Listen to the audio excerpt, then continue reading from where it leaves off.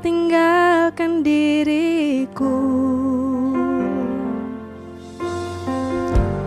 Hatiku teguh di dalam janjimu sampai ku melihat kuasamu. Karyamu sempurna, ajaib dan mulia. Penyertaanmu buktikan kasihmu kepadaku.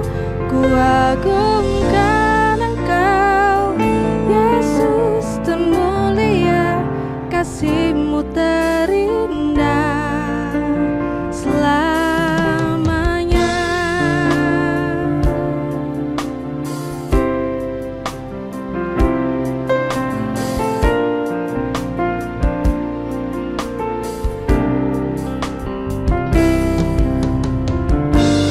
Kau Bapa yang setia, tak pernah sedetik Kau tinggalkan diriku. Hatiku teguh di dalam janjimu sampai ku melihat kuasamu. Karyamu sempurna, ajaib dan mulia. Penyertaanmu buktikan kasihmu kepadaku. Ku agungkan Engkau, Yesus termulia. Kasihmu terindah selamanya.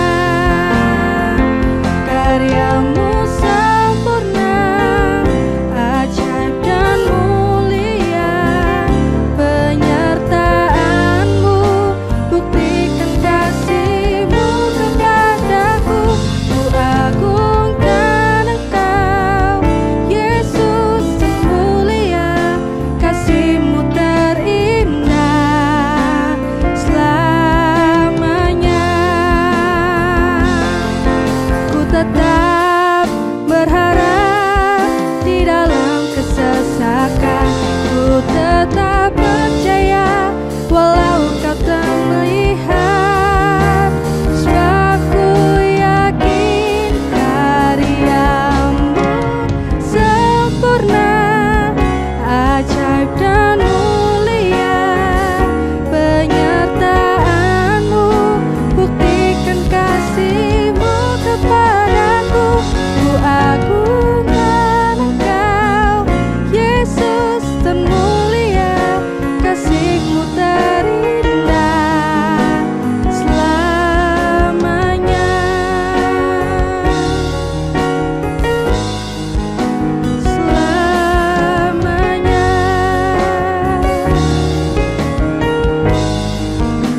Selamanya.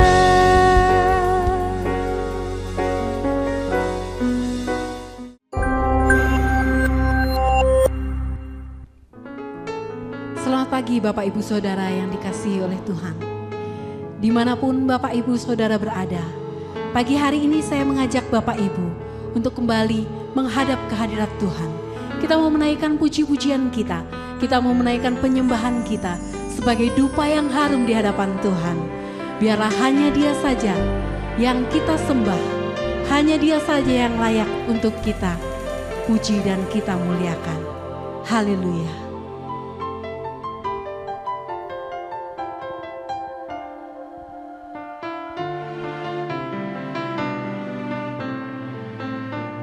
Kami menyembah Engkau Tuhan.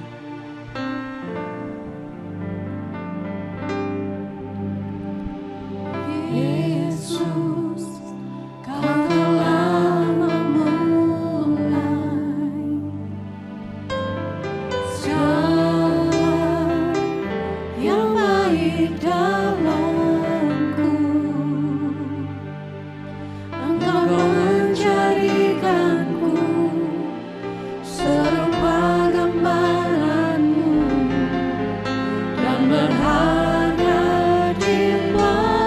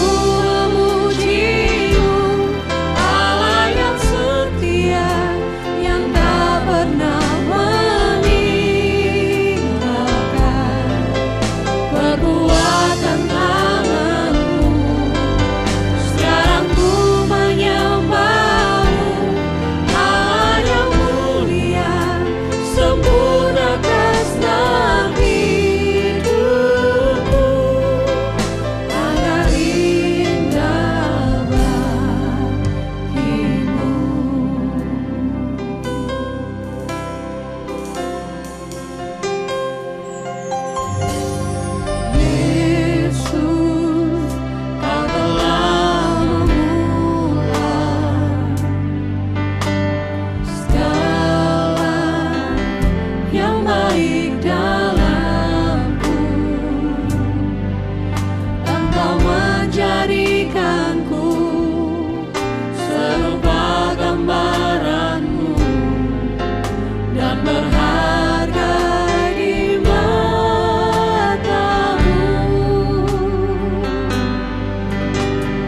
Yesus, Kau telah memulai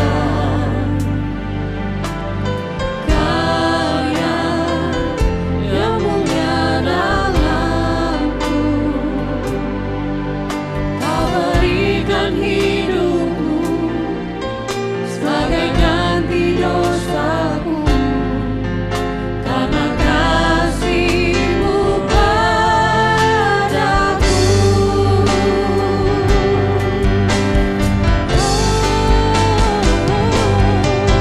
Sekarang ku memuji-Mu, Allah yang setia, yang tak pernah meninggalkan.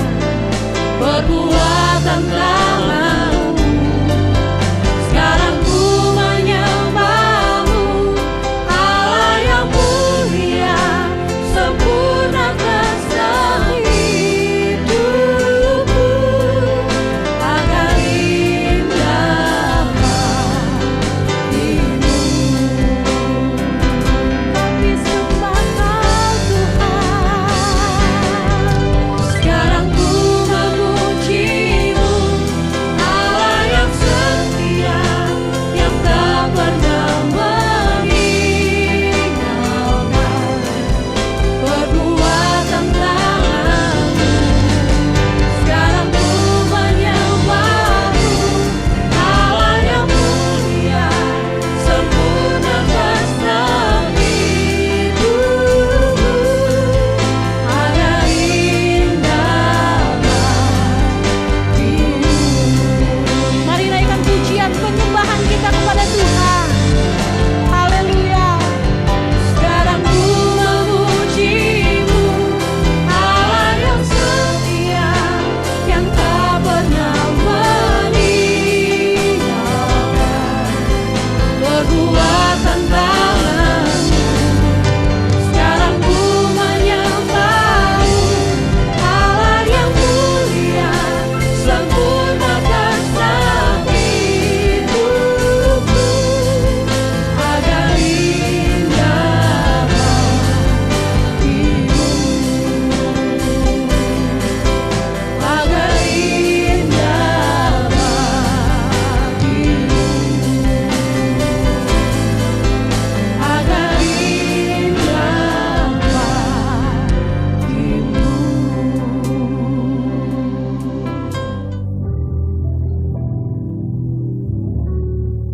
Kiranya pujian ini selalu ciptakan menjadi komitmen hidup kami ya Tuhan. Apapun yang terjadi di dalam kehidupan kami akan tetap mengasihi Engkau. Pagi hari ini ya Tuhan, kembali kami membuka hati kami. Mari taburkan benih firman-Mu itu, sehingga hidup kami ya Tuhan akan berjalan dalam terang kehendak-Mu, dan Tuhan dipermuliakan. Terpuji nama-Mu Tuhan. Kami serahkan pemberitaan firman Tuhan ini hanya demi nama Tuhan Yesus. Kami yang percaya mengatakan amin. Puji Tuhan, silakan duduk kembali. Selamat pagi Bapak Ibu. Apa kabar? Malang sedang dalam modus mendingin ya. Begitu dingin, tapi saya percaya Bapak Ibu semangatnya tidak akan pernah menjadi dingin. Amin. Puji Tuhan Bapak Ibu. Dalam hidup ini Bapak Ibu, pada dasarnya setiap orang itu membutuhkan yang namanya kepastian dalam hidup ini. Dan ini melingkupi hampir semua ruang kehidupan kita. Kepastian itu menjadi kebutuhan dasar dari kehidupan seseorang. Ya, jalinan cinta pun tentunya membutuhkan kepastian, betul? Tidak mau seseorang itu cintanya digantung, dia pasti butuh kepastian. Dalam berusaha atau dalam kehidupan ekonomi pun kepastian itu sangat penting. Ya, orang biasanya mau melakukan investasi atau penanaman modal bila kepastian itu ada. Bahkan seseorang akan melatih dirinya sedemikian rupa, ya, menjaga kesehatannya sedemikian rupa supaya apa? Dia memastikan dirinya itu sehat. Kenapa kepastian ini menjadi kebutuhan yang mendasar Bapak Ibu, selain makna hidup, selain kontribusi, selain koneksi? Karena kepastian ini memberikan stabilitas dan keamanan sendiri bagi seseorang. Apabila seseorang memiliki kepastian, dia akan bisa membuat perencanaan yang matang dan seterusnya. Sekali lagi, di balik kepastian, kita menaruh harapan akan adanya stabilitas dan keamanan. Namun Bapak Ibu, sadar atau tidak bahwa dalam hidup ini, selain kepastian, faktanya juga kita menghadapi satu kenyataan yang namanya situasi tidak pasti dalam hidup ini. Mungkin ada di antara Bapak Ibu yang sudah melewati pengalaman ketidakpastian, atau mungkin ada di antara Bapak Ibu yang hari-hari ini sedang bergumul dengan ketidakpastian, atau siapa tahu di hari-hari mendatang Bapak Ibu akan mengalami ketidakpastian.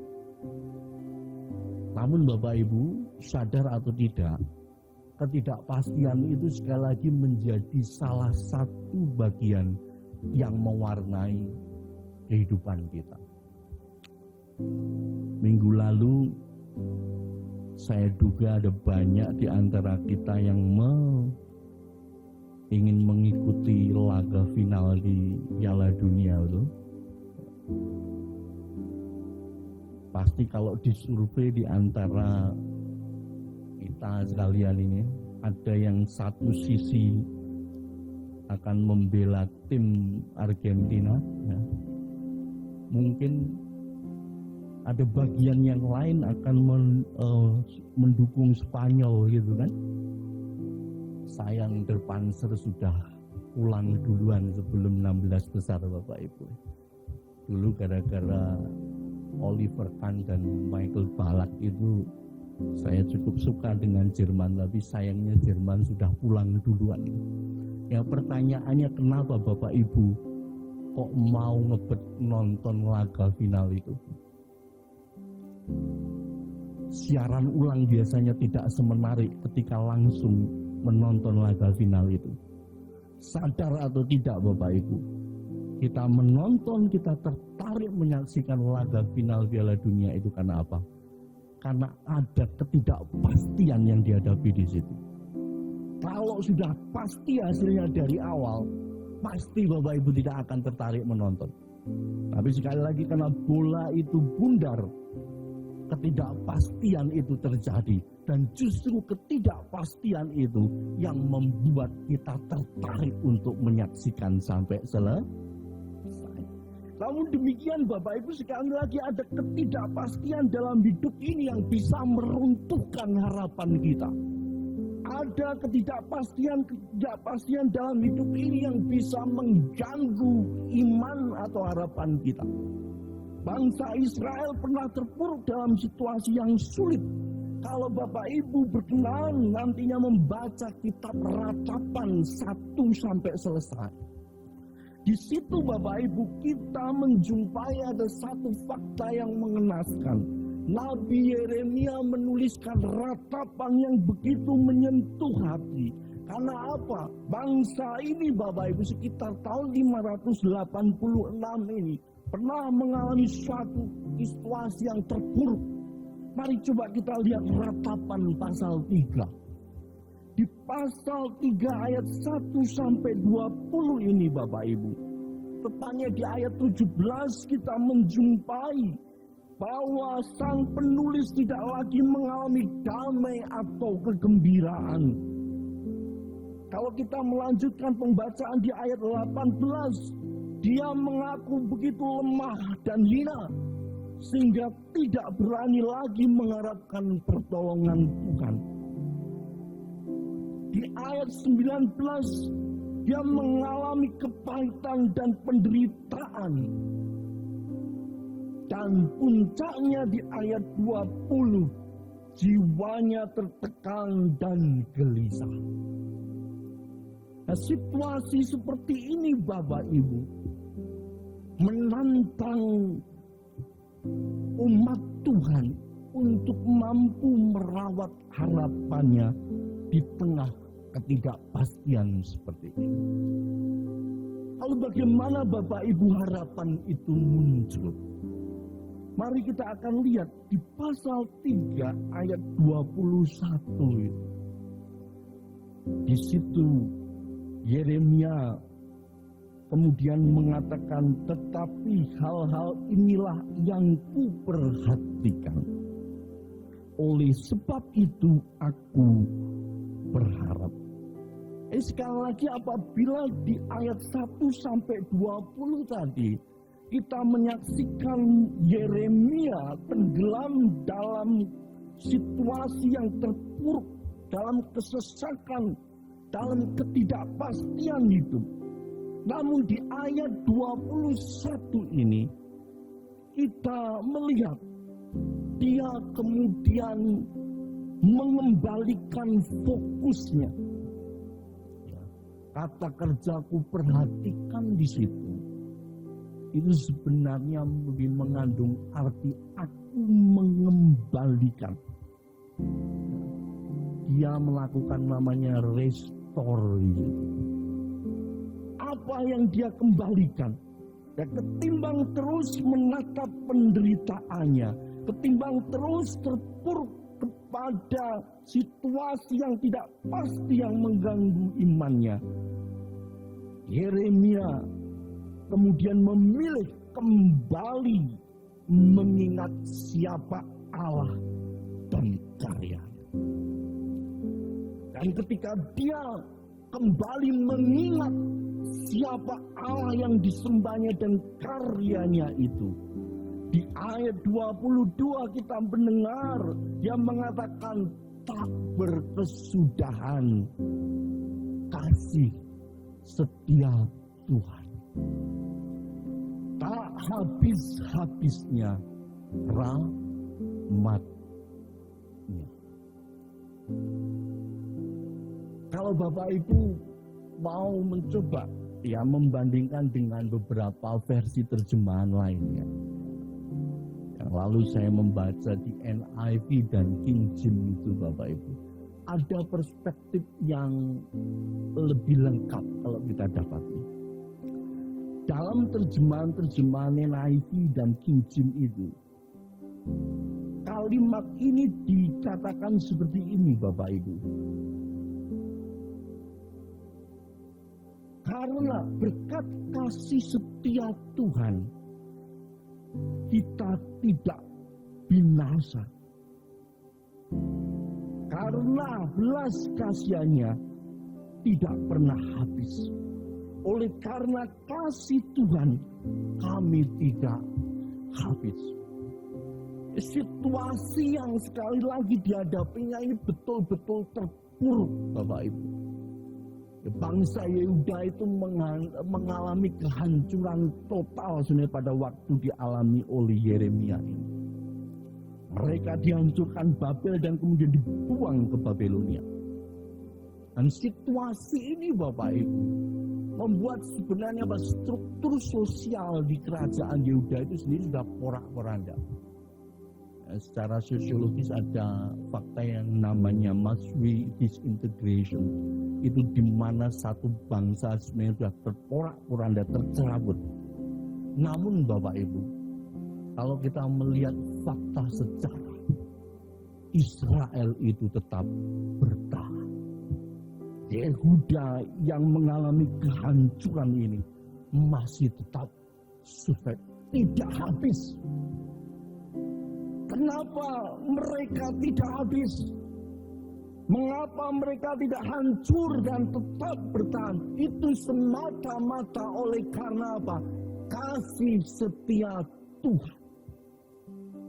Dan oleh karenanya Yeremia kemudian mencatat di sini, tak berkesudahan kasih Tuhan, tak habisnya rahmatnya.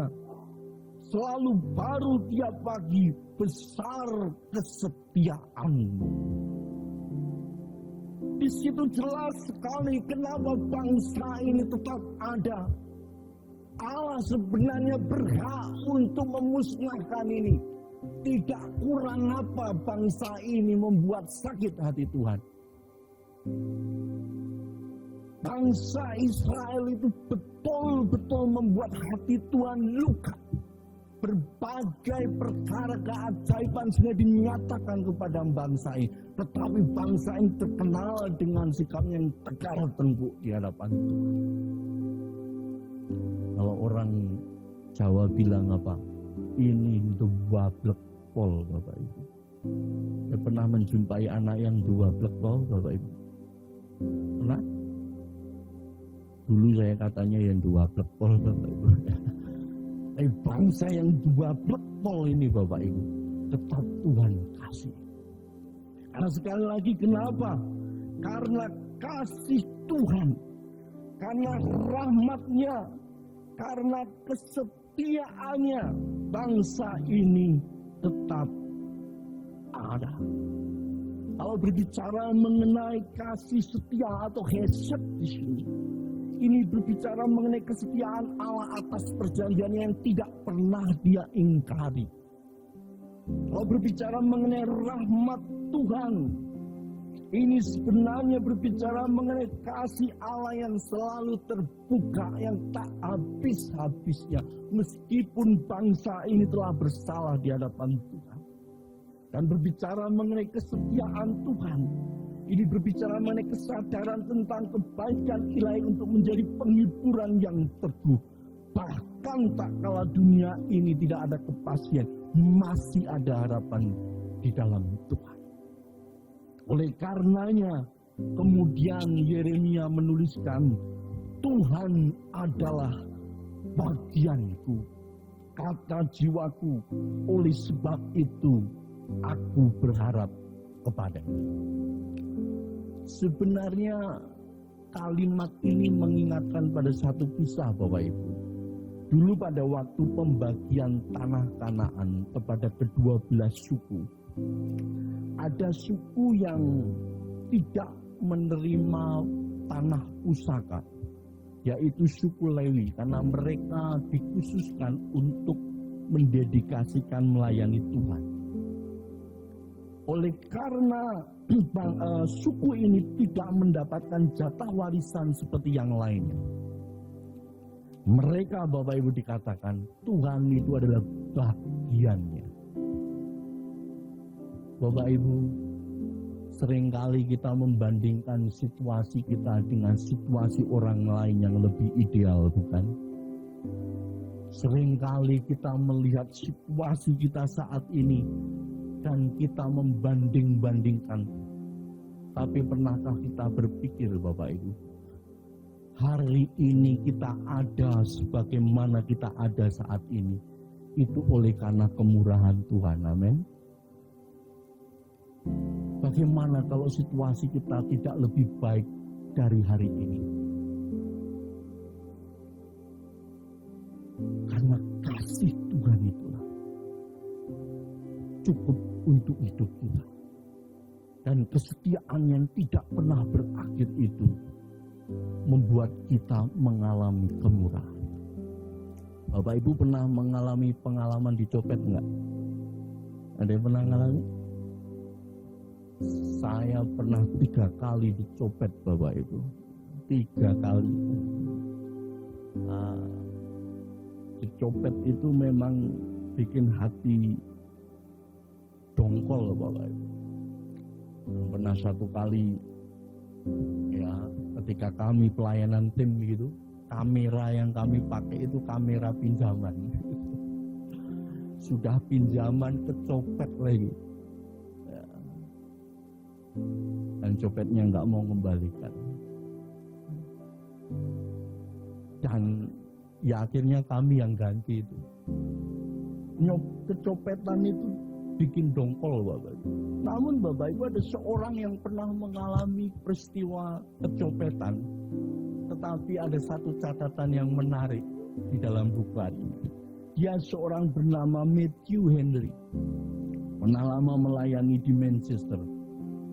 Dan ketika dia dicopet Bapak Ibu, dia kemudian menuliskan dalam buku hariannya.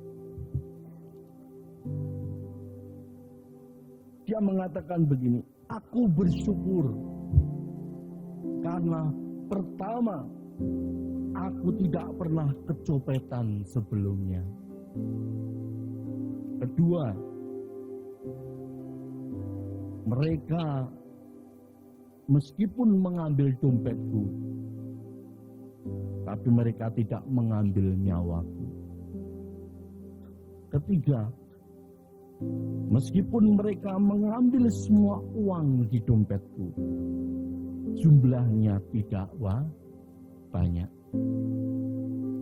Keempat, aku orang yang kecopetan, bukan aku yang mencopet.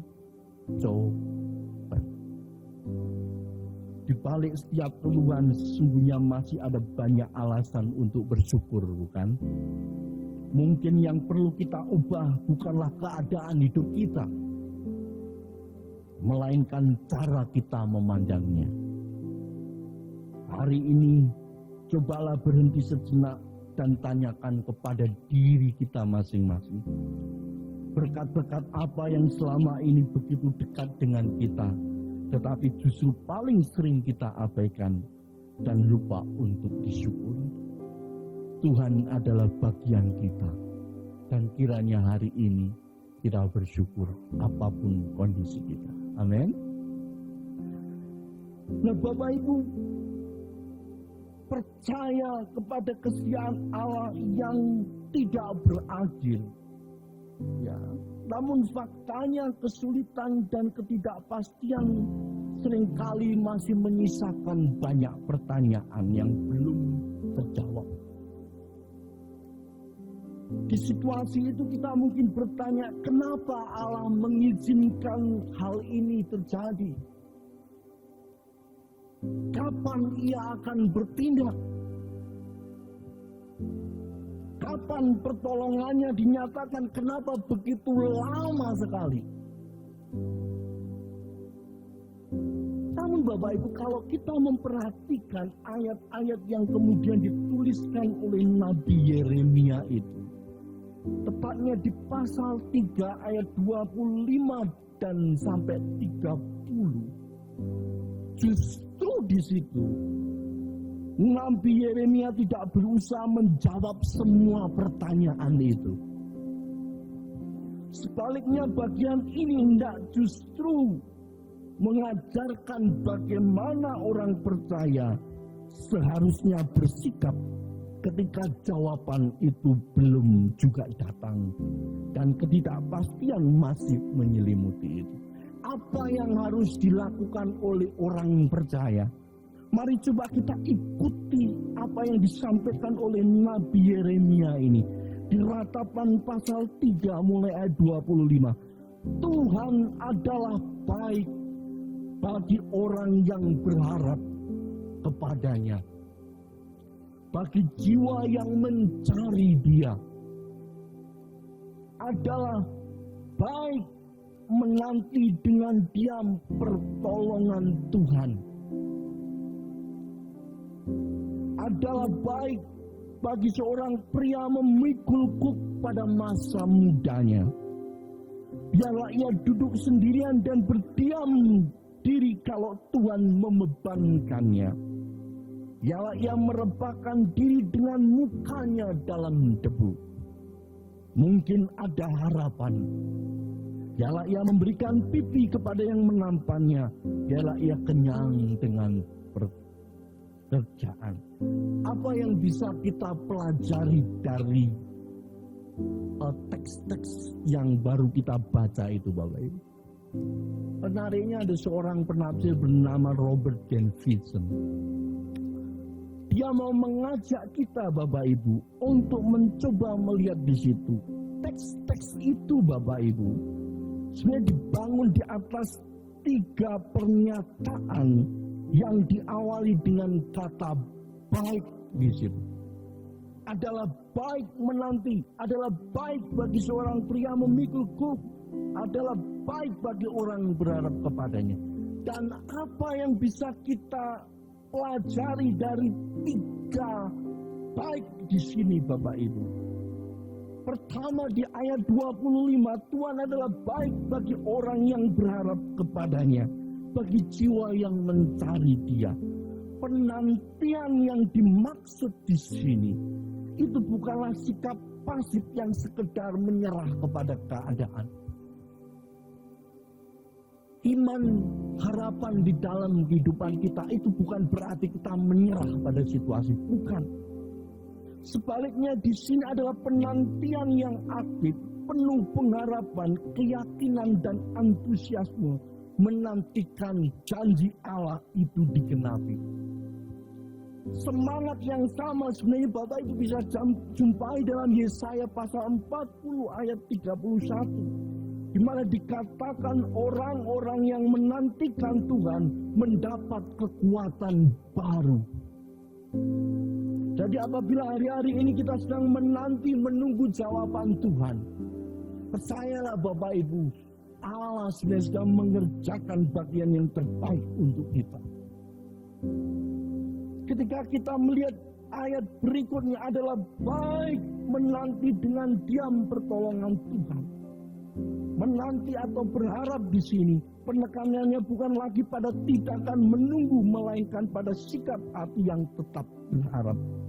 Pengharapan itu bukan optimisme yang dangkal, melainkan keyakinan yang tenang dan tidak pernah padam. Sekalipun keadaan belum berubah, orang percaya tetap memandang masa depan dengan iman bahwa tidak ada satupun yang mampu menggagalkan rencana Allah dalam hidup kita. Ketika di ayat 27 sampai 30 dikatakan adalah baik bagi seorang pria memikul kuk pada masa mudanya dan seterusnya. Pernyataan ini menurut Davidson tadi kemungkinan sebenarnya merupakan satu ungkapan hikmat yang menekankan apa? Nilai pembentukan karakter di dalam hidup orang percaya. Allah memakai proses yang tidak selalu nyaman untuk membentuk umatnya. Karena itu ayat 28 sampai 30 menggambarkan sikap orang yang seharusnya dimiliki orang percaya ketika berada dalam proses tersebut. Sikap itu dimulai dengan kesediaan menerima keadaan yang Allah izinkan terjadi. Bukan dengan sikap memberontak atau menyalahkan Tuhan. Ungkapan menaruh mulut di dalam debu itu sebenarnya melambangkan sikap rendah hati. Dengan kata lain apa Bapak Ibu? Apapun yang terjadi ini sesungguhnya ada dalam kedaulatan dan kontrol Tuhan. Manusia, kita, saya dan Bapak Ibu tidak punya kontrol dalam hidup ini. Kontrol yang sesungguhnya ada dalam kedaulatan Tuhan. Dan oleh karena kita percaya akan kedaulatan Tuhan itu, marilah kita ikuti proses yang Tuhan sedang kerjakan.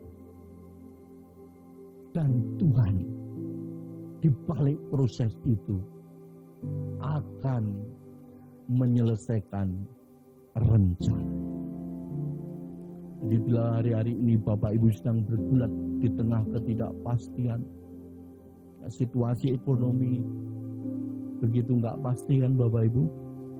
Saya pikir ketika Donald Trump kemarin bersedia menandatangani kesepakatan dengan Iran di bulan Juni kemarin, selesai sudah konflik ini, gejolak ekonomi akan mereda. Tapi apa yang terjadi?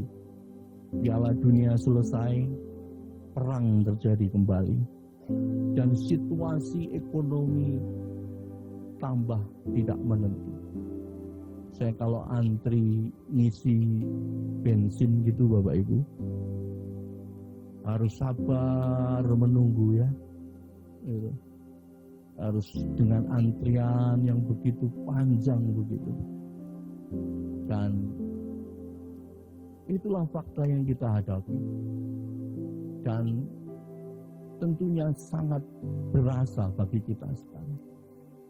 Kadang kita bertanya kapan ini akan berakhir, situasinya akan seperti apa. Tetapi Bapak Ibu, mari kita menaruh harapan kita di dalam Tuhan. Izinkan Tuhan mengerjakan prosesnya.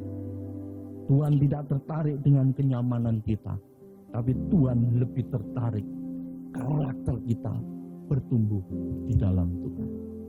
Amin. Saya mulai tahun lalu Bapak Ibu sebenarnya juga bergumul. Bulan-bulan Agustus itu saya merasa tidak nyaman di sebelah pipi saya itu. Dan ketika saya periksa begitu, diagnosanya itu macam-macam gitu Pak. Ada yang bilang, ada dokter yang bilang, ini Bapak kena bel spasi.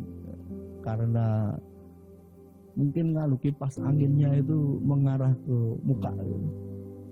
Saya sempat tanya, telepon ke Pak Arlen juga kan. Tapi ciri-ciri bel spasi itu nggak ada. Saya bisa ngomong, saya masih bisa ngajar itu lama. Proses gitu, berobat gitu, nggak sembuh-sembuh juga. Dan kemudian ketika saya bawa ke spesialis gitu, ternyata ada penekanan saraf 5 di bagian pipi saya itu, gitu. Dan kalau itu lagi menguat gitu, rasanya nggak nyaman begitu. Dan kalau berobat itu Bapak Ibu, ya antriannya itu bisa 2 jam, tapi pemeriksaannya itu hanya nggak nyampe 5 menit. Ya, suatu kali ketika saya duduk begitu, ini kapan selesai proses ini? Saya dengar radio gitu. Dan dalam siaran radio itu ada seorang ibu kemudian bersaksi gitu. Dia sebenarnya berdoa untuk sakitnya. Tetapi sampai ketika dia bersaksi itu sakitnya nggak sembuh. Gitu. Dan dia mengatakan begini, apakah aku tetap berharap kepada Tuhan? Ya. Meskipun hari ini saya tidak sembuh, namun saya bersyukur Tuhan sedang menyatakan rencananya dalam hidup saya, memproses karakter saya supaya saya bertumbuh menjadi serupa dengan Kristus. Karena itulah kesulitan hidup, masalah ketidakpastian dapat diterima dengan rela, bukan karena semuanya itu menyenangkan, melainkan karena kita belajar bahwa Allah sanggup memakai berbagai situasi sebagai alat untuk menyatakan rencana. Bapak Ibu, di satu tempat bernama Cologne di Jerman, ada satu tulisan yang pernah dikuretkan oleh seseorang yang tidak mau menyebutkan namanya. Dia menuliskan begini, orang ini kemungkinan adalah seorang yang menjadi korban pada Perang Dunia II. Dia menuliskan demikian, aku percaya pada matahari meskipun ia tidak bersinar. Aku percaya kepada kasih meskipun aku tidak merasakannya. Aku percaya kepada Allah meskipun Ia mungkin sedang berdiam. Tuhan tidak selalu mengubah situasi kita dengan cepat, tapi Dia selalu menyertai dan membuat kita kuat. Karena kasih dan kesetiaannya yang tidak pernah berakhir, kita tetap punya harapan dan bertahan. Tuhan memberkati kita semua. Selamat merawat harapan di tengah ketidakpastian. Mari kita bangkit berdiri di hadapan. Mungkin single boleh membantu kita nyanyikan sebuah lagu. Mari kita menyanyikan lagu walaupun gunung tak berpindah. Haleluya. Haleluya. Datanglah dengan syukur di hadapan Tuhan.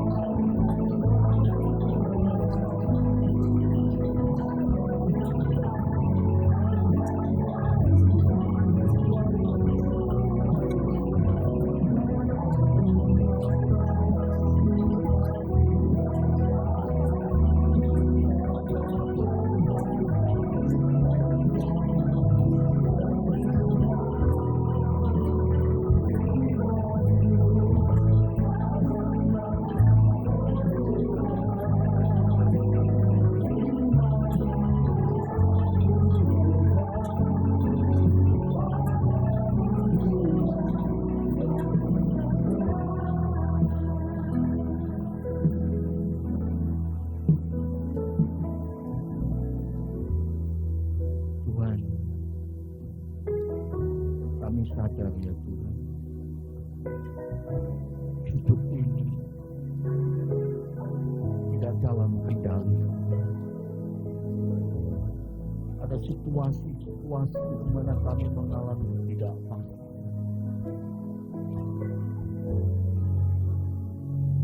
Siapapun kami ya Tuhan, tolong kami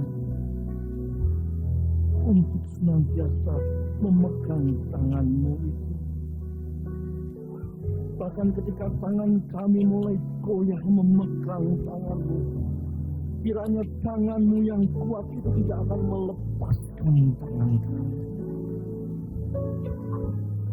Sungguh kasih-Mu tak pernah berakhir. Engkau adalah bagian hidup kami yang cukup untuk kami. Kiranya kami memandang kepada rencana.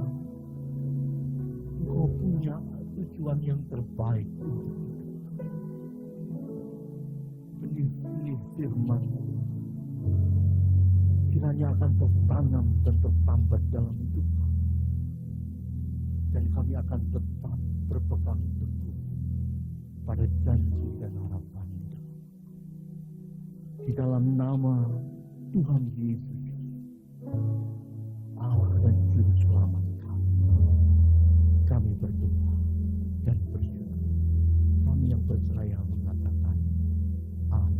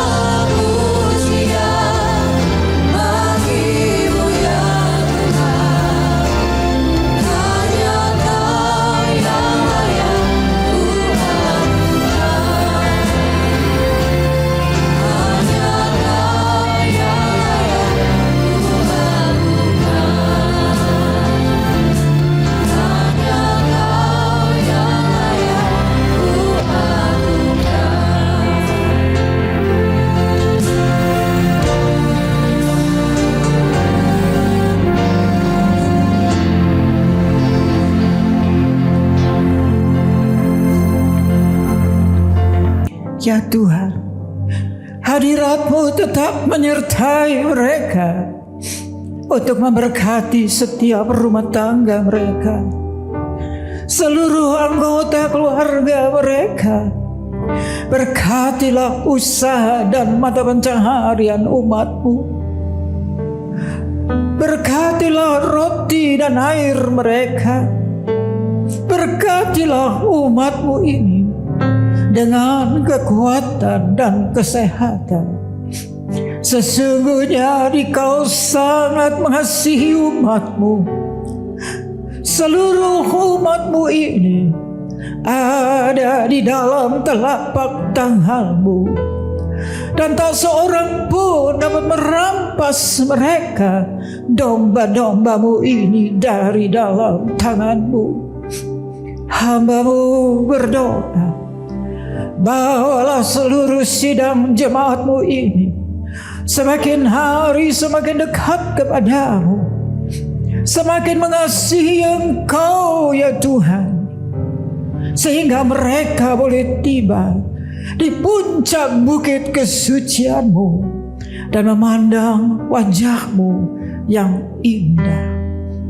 Kini sidang jemaat yang dikasihi Tuhan, Allah yang kekal adalah naungan-Mu, dan lengannya yang abadi menopang Engkau. Tuhan memberkati Engkau dan melindungi Engkau. Tuhan menyinari Engkau dengan wajah-Nya, serta memberikan Engkau kasih karunia. Tuhan menghadapkan wajah-Nya kepadamu dan memberikan engkau damai sejahtera di dalam berkat nama Tuhan Yesus Kristus. Amin.